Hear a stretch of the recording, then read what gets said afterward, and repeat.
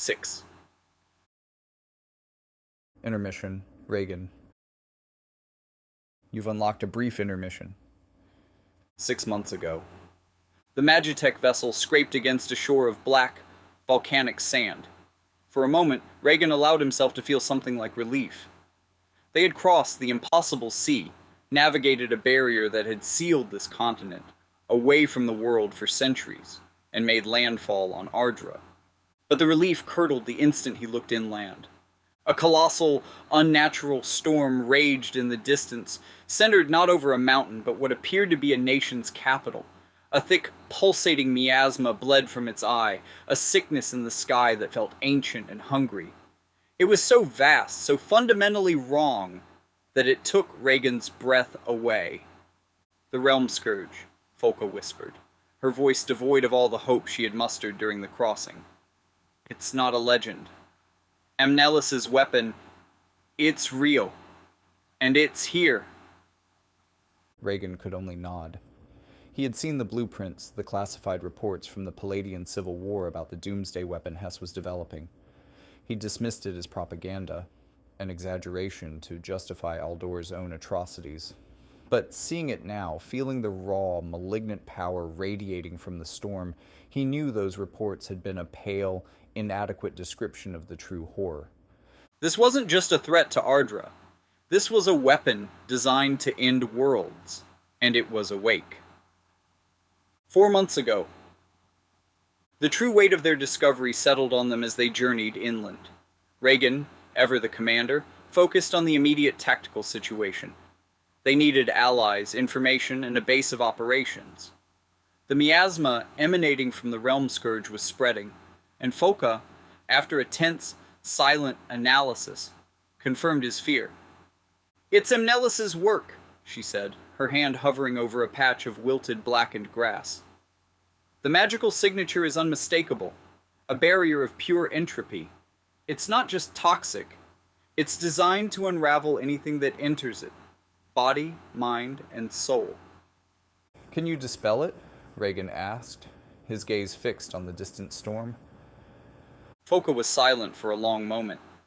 This was the magic of her former enemy, the power she had once been conditioned to destroy without question. Now, she was being asked to undo it, to use her water magic for healing and protection. At this scale? I don't know. The theory is sound, but this is a continent-wide cataclysm. I would need time, and a place of power, and faith. She said the last word with a bitter taste, a concept she was only beginning to relearn. Their journey led them not to the storm, but away from it, following Raegen's instincts and a new, much fainter crystal signature. This one wasn't a world-ending threat. It was something smaller, more personal. It led them to the kingdom of Leonis, or what was left of it.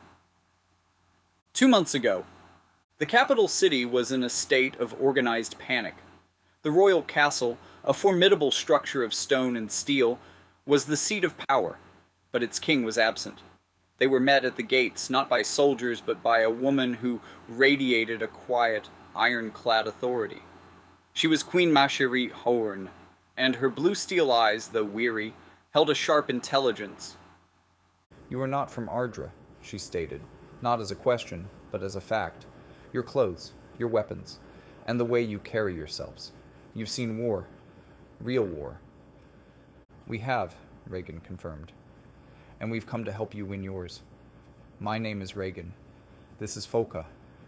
We are travelers from a land called Lapis, and the creature that plagues your continent is a weapon from our world's past." Masheri's gaze didn't waver. She had heard of Lapis in old, nearly forgotten legends. "King Mont is away, securing an alliance in Wazette. In his absence, Leonis stands with me. If what you say is true, then your enemy is our enemy. We offer you shelter and our information network.